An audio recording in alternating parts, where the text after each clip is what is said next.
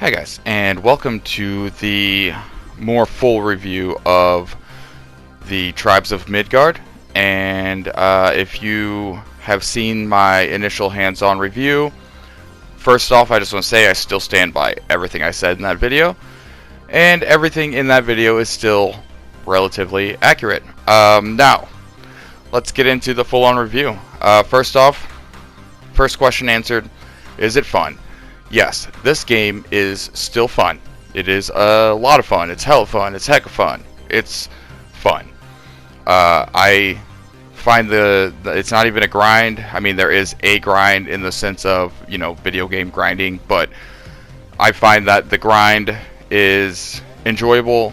It's bite-sized. You can do it in small chunks, but you can also spend, a whole night with a bunch of friends really grinding out, the game, the stages, whatever, trying to get all the bosses, do the saga boss, all that stuff.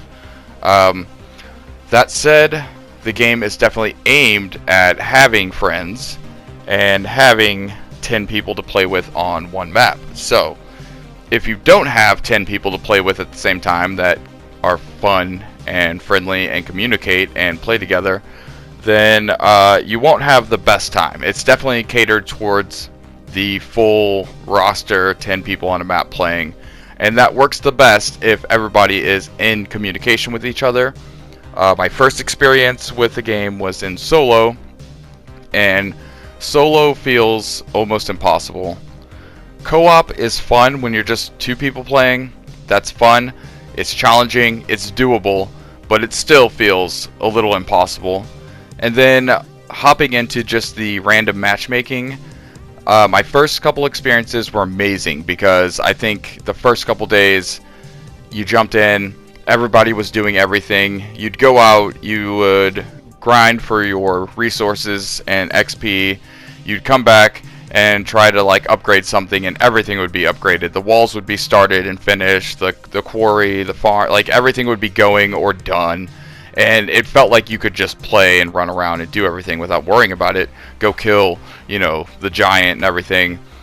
And then slowly it started becoming more like, oh, everybody had the same experience, and now everybody's just jumping in and playing solo, and then the world dies, immediately or within the first couple nights. And so it kind of got unbalanced, but the more recent experiences I've had have been back to a more balanced approach where you definitely have enough people that understand how to manage the resources and upgrading and keeping things running, as well as you have people who are just running out and killing stuff, leveling up, and getting more world progress going. So the matchmaking experience is a mixed bag, but overall the game is pleasant. Even if the matchmaking experience is not the best, as long as you get in there and you're at least able to kill one giant, you can leave.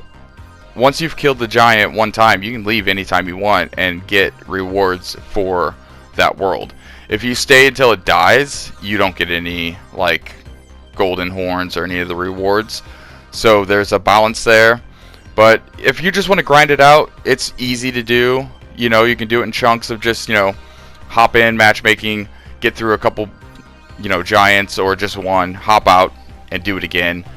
As far as that goes, it's like I said, it's a grind that is rewarding, it's fun, but it does come to a point where all of it does start to become a little boring.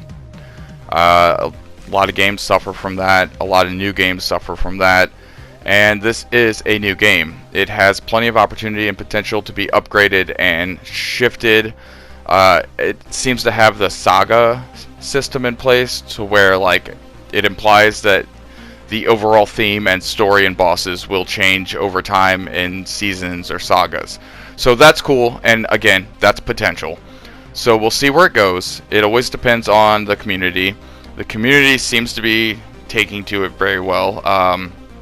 I've seen, it's definitely always active, and it's definitely the type of game that will create a community of people who either wanted this, didn't know they wanted it, or they have some version of it, and this combines a bunch of different things together. Now, speaking of that, as the thumbnail implied, this game has really got a little touch of a lot of things. My initial take on it was like a Risk of Rain Valheim smash, and I'm not wrong. That's still pretty accurate. However, it's deeper than that. It's got little touches Dark Souls, besides the fact that you collect souls and you can lose them when you die, which obviously souls.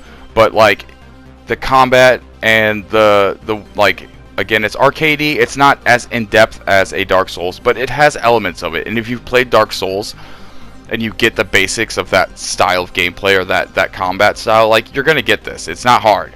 You whack you whack the boss a couple times.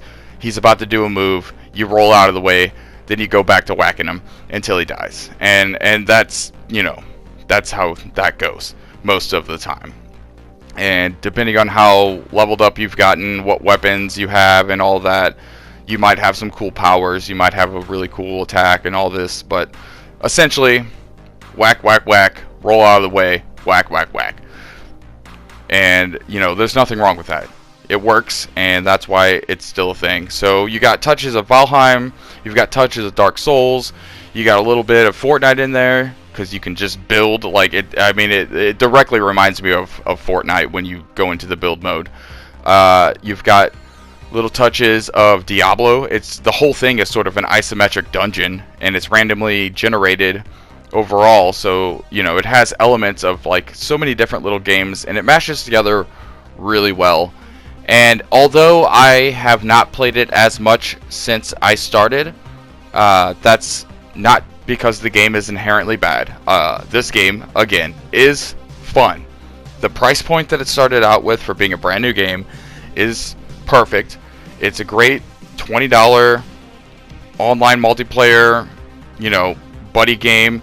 Like I said, it's best played in bigger numbers, so whether that's random matchmaking or you have a lot of friends, that's where it shines. Now, my favorite aspect of this game so far has to be the way that the worlds work. If you start a world with somebody or just in matchmaking, that world stays active and living until it dies. So let's say you hosted your friends, you started a world, and you're playing, you got like 5-6 days in the game, and now your dinner's ready, and your wife is like, yo, you gotta eat. So you're like, hey guys, I gotta go, and you hosted the world. Now usually in a game, when you host a world, the host is the one who's in control of it being online. However, in tribes, you can just leave and your buddies can continue on as normal without you. Now, they can leave, and you can come back, and the world still be there where it left off and saved when the last person left. So I find that to be, it's always been something I've wanted in games that have like a world and an online multiplayer. Is not necessarily a living world, but a server, like a world that doesn't require you to own your own server so that you can host it and not be online. You should be able to have more games like this, where it's hosted on its own server, and your instance is saved and playable by your friends without you being there. It's definitely something that will be utilized more in the future, and I saw it coming a long time ago. I'm just glad that finally, somewhere down the line, a game has caught on that, like, you know, that's something that should be done. And this game does it very well. I was super surprised the first time I was playing with my son, and I got kicked out of the map because of some, you know, I don't know, computer lag issue somewhere, and it kicked me out of the map, but he was still in it, and it took us, you know, 5 minutes of figuring it out that, hey, these maps are these worlds are their own instance, and the host doesn't necessarily have to be in it. So that's probably my favorite little technical aspect of this game that will be probably overlooked and underappreciated for the rest of time. But I see you guys, and I recognize what you did there, and as a gamer and a seer of the way things should be in the future, I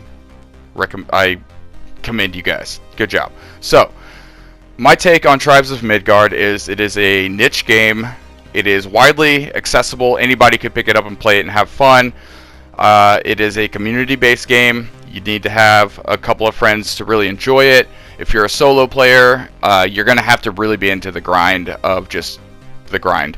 And otherwise, the shop is got a lot of potential. It has a battle pass that is so far free and just part of the game. If you play it, you're leveling up your battle pass, and everything you can buy from the shop is you can obviously buy in-game money. That every game has that basically, but like you can also just get it by playing the game if you want to grind out. So there is no pay to win. There's pay to look cool, and that's always fun.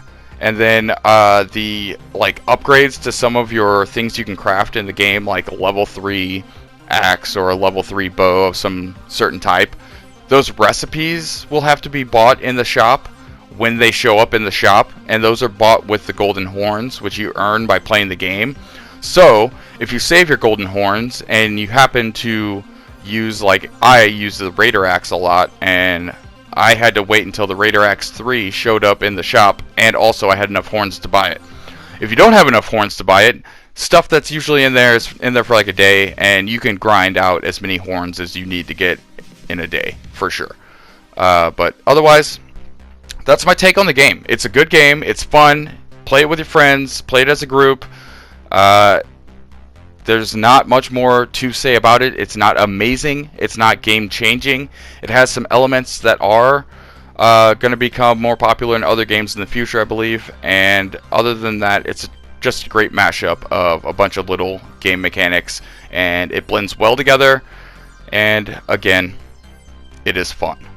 As far as everything else, that depends on you, your personality, you as a gamer, what kind of things you're into, and whether you place a value on the same things that I place a value on when it comes to gaming. Other than that, hopefully this helped, and if, like I said, you weren't sure about it, then, you know, I can't tell you if this is going to help you fix that or not. Otherwise, thanks for watching, hope you have a great day, and we'll see you next time. Love you guys. Bye!